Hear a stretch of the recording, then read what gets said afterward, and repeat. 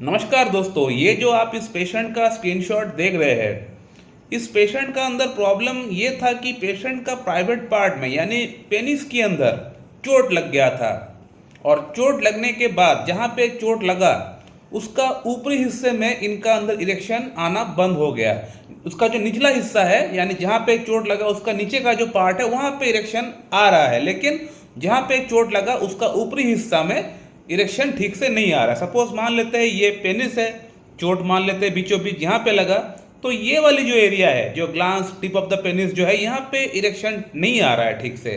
लेकिन ये जो जहाँ पे चोट लगा उसका जो निचला हिस्सा है यहाँ पे इरेक्शन ठीक से आ रहा है। पेशेंट का अंदर यही कंप्लेंट है कि डॉक्टर साहब मुझे चोट लगा था प्राइवेट पार्ट में, चोट जहाँ पे लगा उसका ऊपरी हिस्से में इरेक्शन नहीं आता है, जो डाउनवर्ड हिस्सा है वहाँ पे इरेक्शन ठीक ठाक आ रहा है।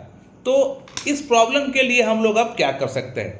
अब ये पेशेंट मेरे पास आने से पहले 2 जगहों से इनका ऑनलाइन ट्रीटमेंट भी चला हुआ है, होम्योपैथिक ट्रीटमेंट भी चला हुआ है, और जो 2 डॉक्टर्स हैं वो यूट्यूब से ही बिलोंग करते हैं, तो उनका सब्सक्राइबर जो बेस है वो भी बहुत ज़्यादा है। मैं जानता हूँ सब्सक्राइबर बेस बहुत ज़्यादा है, लेकिन ट्रीटमेंट करते हैं 8, 10, 15 मेडिसिन एक साथ देकर। जो इनका फर्स्ट डॉक्टर है उन्होंने इनको एक समय में 8 दवाइयाँ दी थी, तो पेशेंट का प्रॉब्लम सॉल्व नहीं हुआ। जो सेकंड डॉक्टर है इन्होंने एटलीस्ट पॉलीफार्मेसी तो नहीं किया है, इन्होंने इस पेशेंट को एक ही दवा दिए थे, सॉरी एक नहीं 2 दवा दिए थे। वो फर्स्ट मेडिसिन था arnica 1M and second medicine था कैलकेरिया फ्लोर 6X।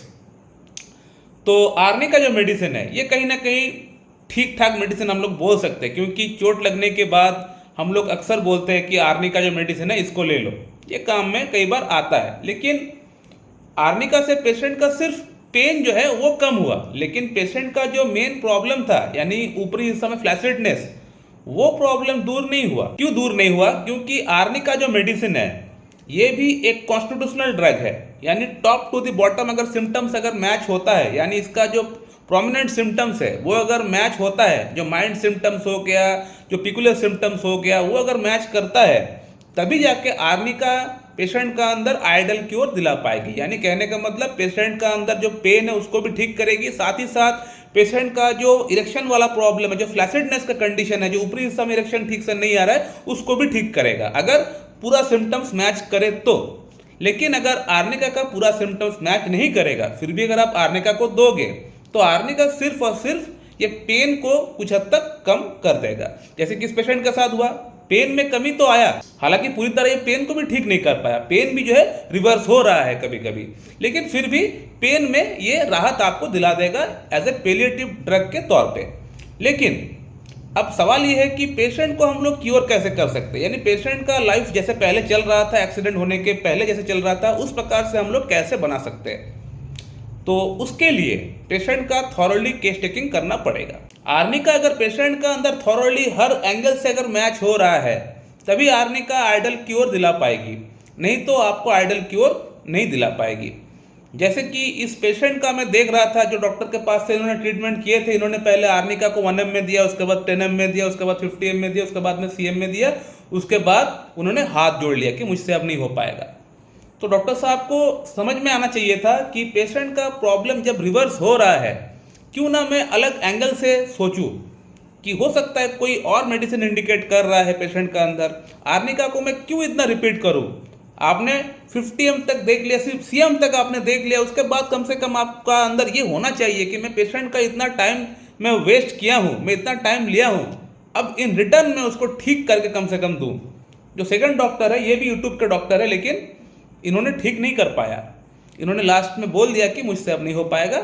चलो एक बात इसमें अच्छा ये है कि इन्होंने एटलीस्ट पॉलीफार्मेसी नहीं की, यानी 8, 10, 15, 20 मेडिसिन एक एक साथ में इनको नहीं दिया। इन्होंने स्टार्टिंग में कैलकेरिया फ्लोर दिया था, उसके बाद आर्निका दिया था, लेकिन उसके बाद उन्होंने और कोई पॉलीफार्मेसी इन्होंने एटलीस्ट नहीं किया। ये एक अच्छा प्रिस्क्रिप्शन में कम से कम बोल सकता हूँ।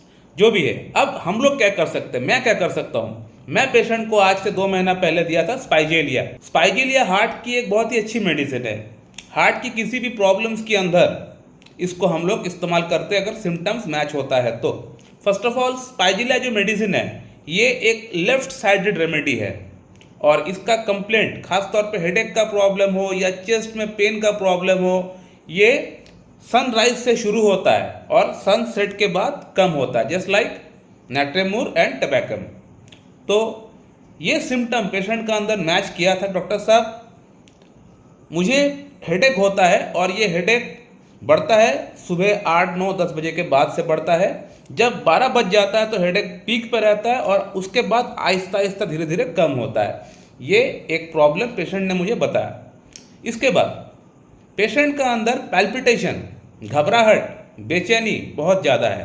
ख़ास तौर पे इनका पल्स रेट की अगर बात करें तो पल्स हमेशा 100 के ऊपर रहता है, यानी हमेशा हार्ट बीट इनका तेज रहता है। ये और एक सिम्टम है स्पाइजिलिया के लिए। स्पाइजिलिया नर्वसनेस की एक अच्छी दवा है और ये नर्वसनेस कहीं ना कहीं इनका स्टैमरिंग का जो प्रॉब्लम है उसको एस्केलेट कर देता है, उसको बढ़ा देता है। तो पेशेंट का अंदर ये भी पाया गया था, इनको हगलाने की प्रॉब्लम थी, तुदलाने की प्रॉब्लम थी, वो नर्वसनेस से कहीं ना कहीं बढ़ता है। इसी के साथ इनका जो एक्सीडेंट हुआ था उस एक्सीडेंट में इनका बॉडी का लेफ्ट साइड ज़्यादा अफेक्टेड रहा as compare to right side, और इनका जो प्राइवेट पार्ट में जो चोट लगा था वो भी लेफ्ट साइड की ओर ही इनको चोट पहुंचा था। और स्पाइजिलिया जो मेडिसिन है ये एक लेफ्ट साइडेड रेमेडी है, जो कि मैंने शुरू में ही बोल दिया था।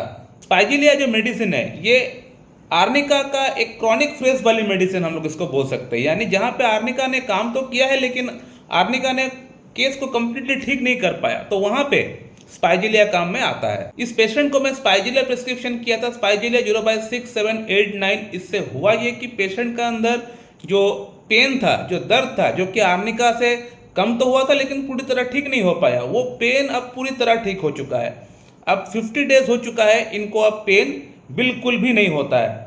सेकेंड, जो इनका मेन कंसर्न था कि जहाँ पे चोट लगा था उसका ऊपरी हिस्से में इरेक्शन ठीक से नहीं आ रहा था, वहाँ पे इरेक्शन अब अच्छी तरह से आना स्टार्ट हो चुका है।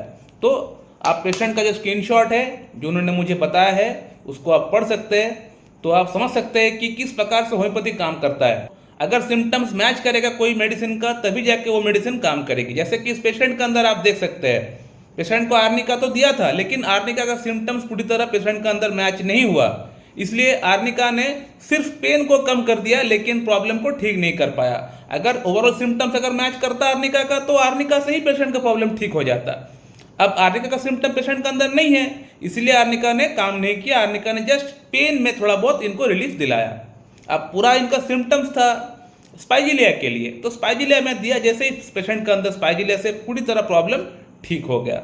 इसीलिए मैं बोलता हूँ कि रोगी के रोग के नाम पर आपको मेडिसिन, होम्योपैथिक मेडिसिन आपको नहीं देना है, और जो लोग देंगे वो लोग हमेशा इसी प्रकार से फेल होंगे। जैसे कि ये 2 फेल किए हैं, एक ने तो 8 मेडिसिन दिया और एक ने तो आर्निका का ही पोटेंसी को बढ़ाते गए।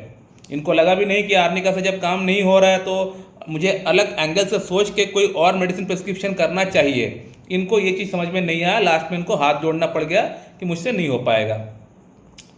नाम बड़े लेकिन दर्शन छोटे, जो भी हो।